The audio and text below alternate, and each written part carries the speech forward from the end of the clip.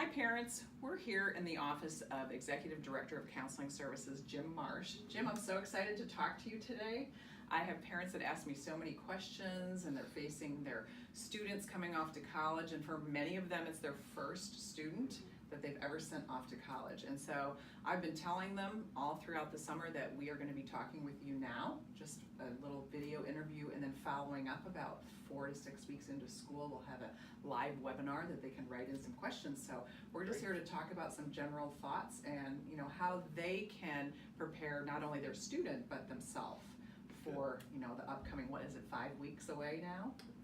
Right, we're probably maybe inside 40 days at this point, so we're getting close. So I know your office has done a great job here with helping students in this, but they always ask about transition. So can you just talk a little bit about that, maybe from the student's point of view as well as the parent's point of view? Okay. Well, first of all, I'd say this is a pretty big transition.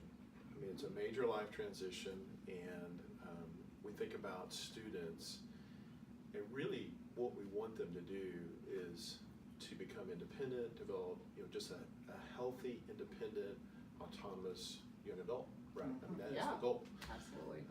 And so going to college is a big part of that transition. And I also think too, though, it's a pretty big change for parents as well, and I think you mentioned that. Oh, yes. So how you handle that transition based on the needs of both parts is pretty important. You can do some things that help it, and I think you can do some things that probably hinder that transition as well. But it's a big change for both. Can you give me an example of what would help it as well as what would hinder it?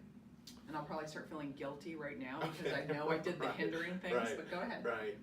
Some things that will help. I think first of all, one, I think you want to affirm your students' ability to make this transition. So I think, comments like, you can do this, we're excited for you, we're excited that you're in this new phase of your life, and we're confident that you're going to do well. So it's that the idea is that they're making this transition and you want to really express your confidence in them that they can do this. Okay. So the types of comments that I would avoid that aren't particularly helpful would be things like reminding them how much it costs to go to Baylor, reminding them how home life is never going to be the same, talking about how maybe what a hard time you're having in making this transition.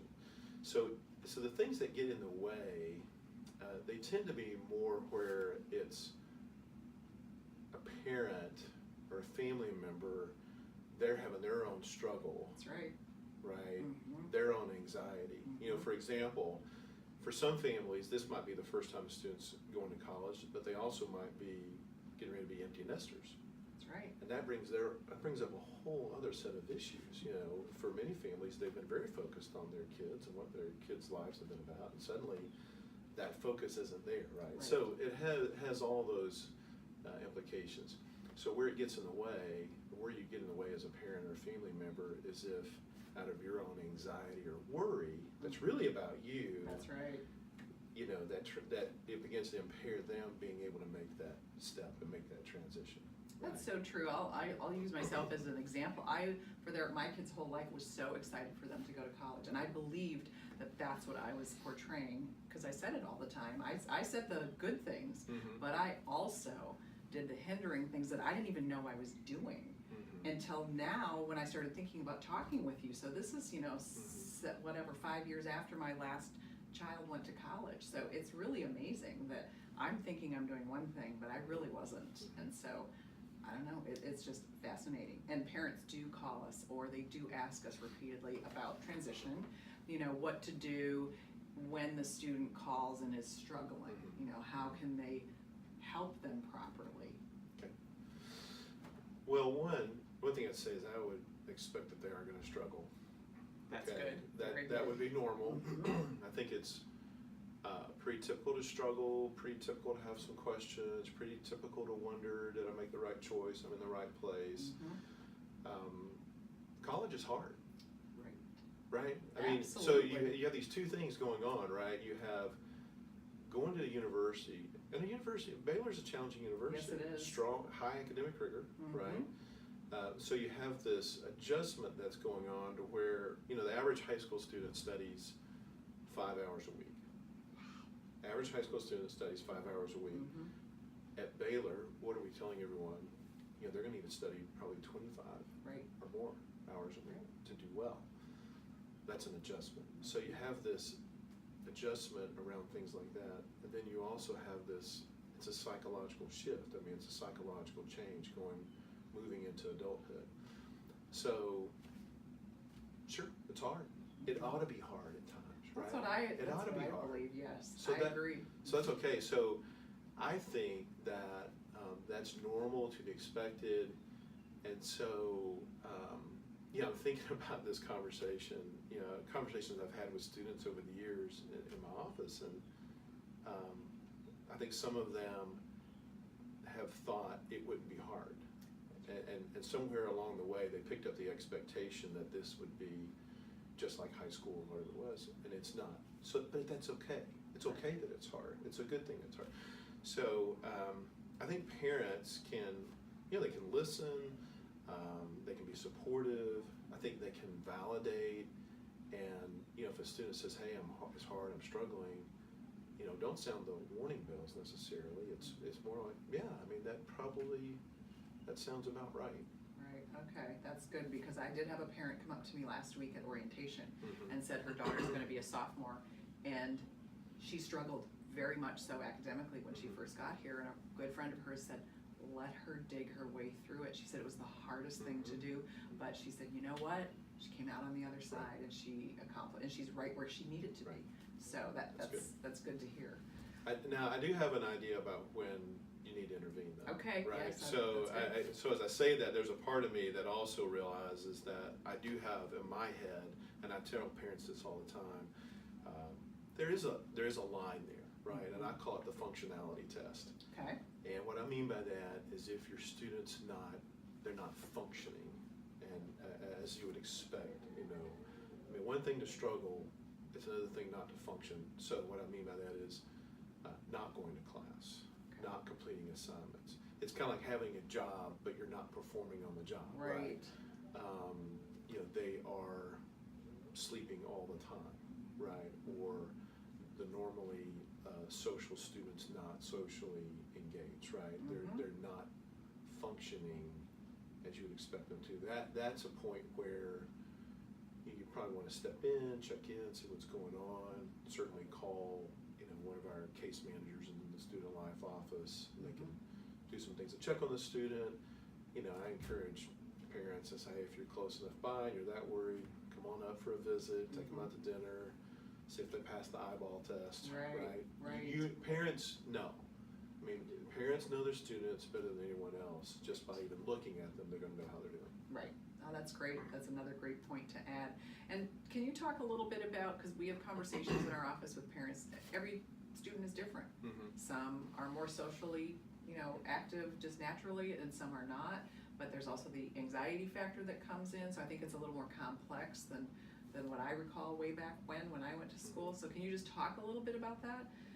Because we tell them, yes, they have to succeed academically, but they also need to be engaged socially here in order to really be well balanced and everything. Can you talk about that? Sure. Sometimes we think about, and we've even used this term, these phrases before, introversion and extroversion, right? And so you'll hear that a lot.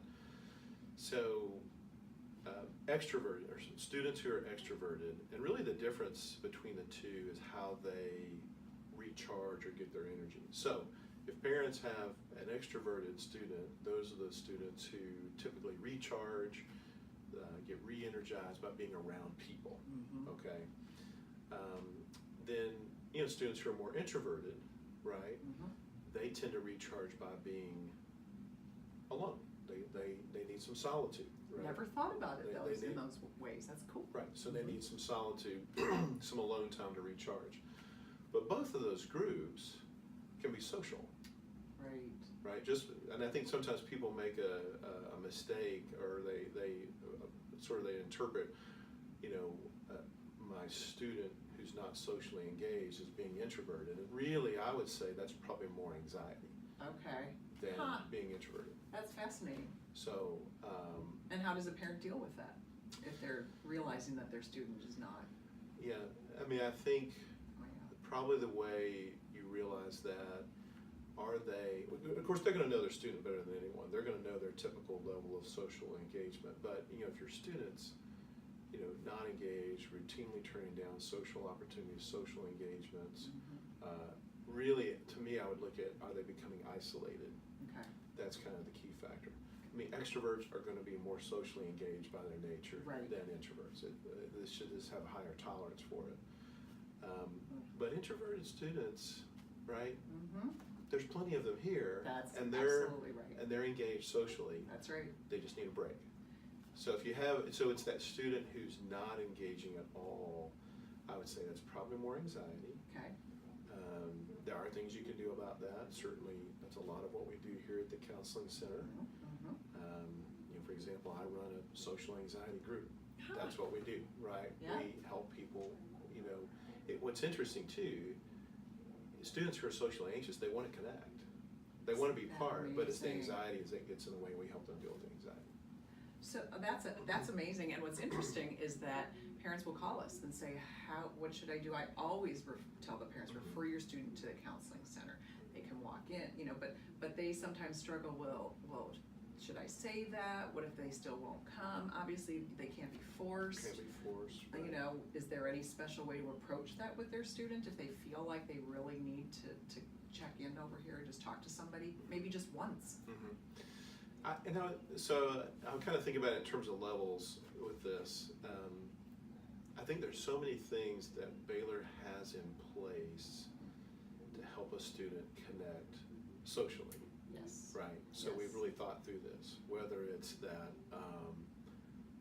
that CL that lives on the floor with them. Baylor has a very relational model, so they could start there with that CL. Okay. I think about, resident chaplain living in their residence hall. That's kind of Baylor's idea, right? Okay. So they can start there to make some of those connections and be a bridge. So I think when you get to, okay, so A, B, and C aren't working, right? What I would say, there's different ways you can tell them about the counseling center, send them the link to the counseling center. You're right, you can't make them come, but making them aware of our services and what we offer. We do some programs. There's a lot of things we do on campus where, like, we have a Let's Talk program, so the student just wants to come in and talk for 30 minutes just to get a feel for things. They can do that. So we've tried to create these other avenues where they can talk to someone that don't necessarily involve that first time coming through the door. Right. So. Interesting. That's so neat. What I am so impressed with too, and we just have a couple more minutes here, but what I'm so impressed with is the faculty and staff and the students. I've heard stories of students who really needed to talk to somebody and their roommate will walk them over here. They'll come over. Or faculty and staff notice something that's unusual about a student and they'll call the CL or call somebody to say, hey, let's check up on this. Something doesn't seem right. And that is just so reassuring to me as a parent, that I want all parents to know that can happen. But is there anything else that you want to say that you think they should know, especially as they're going to be embarking on this journey very, very shortly? I'm trying to think if there's anything else I haven't already talked about. I just keep coming back to, it's a big transition, but it's a good transition, right? I think it's something we want. Right. And so just remembering that, throughout this whole process. I think the other thing to remember too, we talk about this in the parent session, but I'll highlight it here, parent session and orientation. But the fall semester to me is the hardest part. Okay. And I think about the month of November is kind of the hardest month. And the reason is that it is a transition. So your student is having to learn, how do I do this differently? I'm managing my time, managing my finances, making new friends, having to whole new schedule that I've got to manage. I need to study a whole lot more. You know, I talk about Living somewhere new. living somewhere I mean, just new. even It's that. just, and then we talk, you know, here at Baylor, and particularly this generation tends to think about this question of, you know, at Baylor we call it calling, or you might, another name, you know, what's my meaning and purpose? They're thinking through all of that too. I think just knowing that the fall semester is an adjustment and being okay with it, right? I think it's just, well, once they figure that out though, Right. everything else does tend to fall in place. And so it also sounds like the parents need to know that it's a huge adjustment and be okay with Be that okay with too. it. Be Yeah, okay. that's Be awesome. okay. That's Be okay. wonderful. Wonderful. Well, I could sit here for hours, honestly. This is great. So I just want you all to know that we are going to have Jim back sometime. You will be notified, and at that point, we're going to have some live, you know, questions that will come in, and we'll see what's going on with everybody, and you can answer them then. That'd be Thank great. you. You were wonderful. Well, thanks. Yeah. Thank you.